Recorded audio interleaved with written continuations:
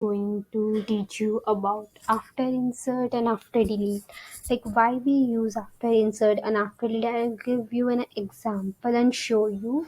So basically we are writing a trigger on contact, so we need to count a number of contact associated with that account.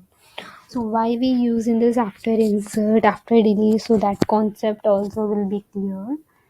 So for this, we will be writing a trigger whenever contact is inserted. For that, first we will be using, like you should use trigger.new, and we will be adding the IDs of account ID. We need to add. We need to get the list of account ID. So for that, I'm just creating a list for ID.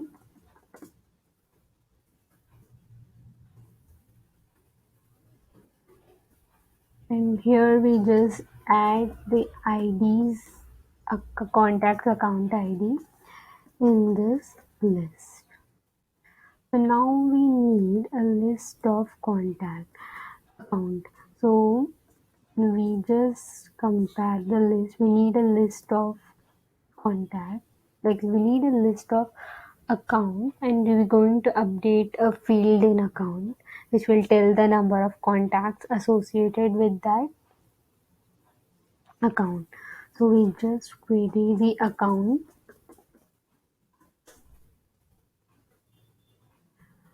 and I'm just using this count field to count the contact, and using inner query to query the contact and its account ID.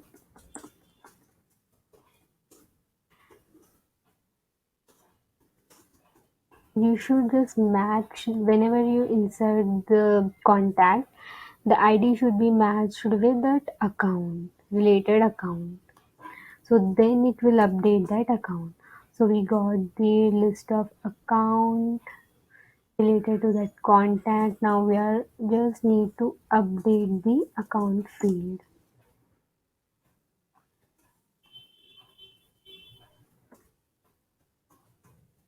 So for this also we just need a list of account to just update that.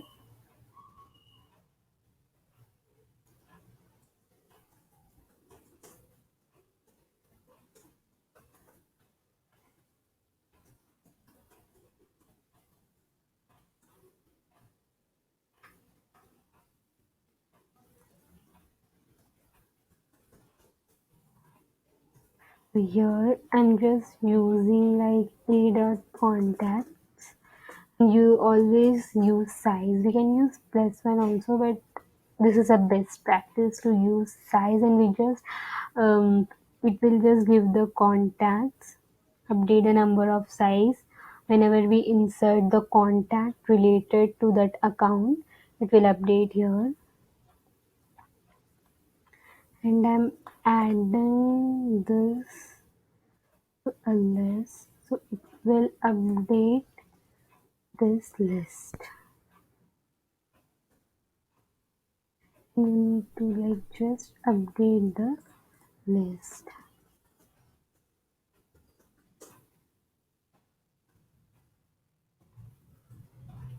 And now like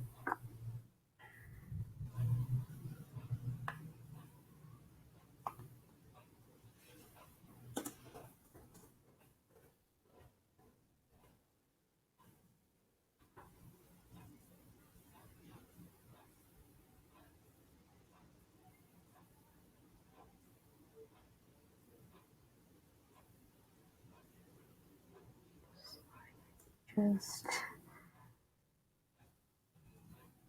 add this.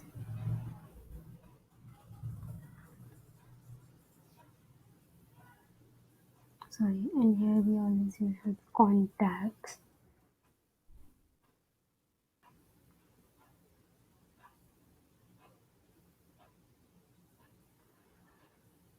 So here it should be contact account ID. Yeah, we should use this. So now like it will run whenever we insert the contact. Now what if we delete the contact? It should like get minus from this list. So for that, what we will be using, I'm just using here for like trigger dot, like if trigger dot. For here, I'm just using trigger dot is insert. So it will get the ID of this insert. It will run on this insert. For same, we are doing for deletion.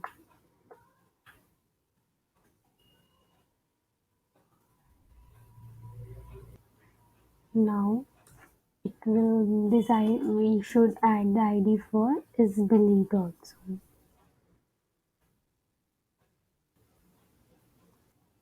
Yeah. So now you can see this. I have write learn is delete for just it will delete the ID whenever the ID is matched and delete it will minus from here the size. So we just use size operator. So now we can check this like in you can see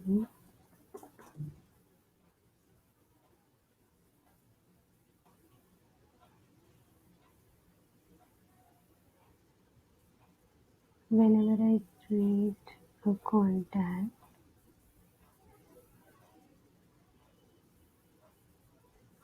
test record and I'm just creating a new contact to show you test record. Okay, it's the name of test.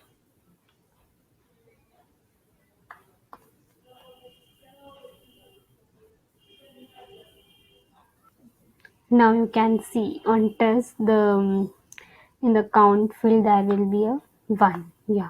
Now if I add another contact, it will be like 2. Like this 2, the same contact.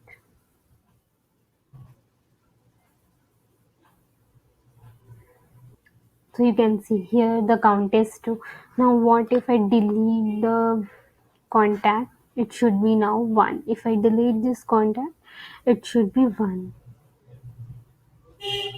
So yeah, here it is giving there is some problem you might have not permission. So yeah, I got to know what I have did a mistake. So here in delete I have a trigger dot new. So no, we should use trigger dot old because the ID will be old. This is not a new ID.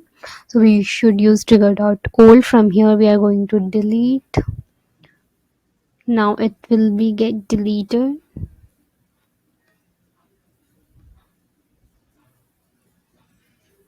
So yeah, now you can see the count will be 1. Yeah, now it is like whenever you want to delete, you should use like trigger dot old, and it should always be now like after delete, because after deleting the record it's updated, and after insert only the record is updated. So we should use like after insert. So thanks everyone. I know like it's a good concept. So you can learn a lot. Please subscribe my channel so you will be getting all the videos which I am going to update. Thank you.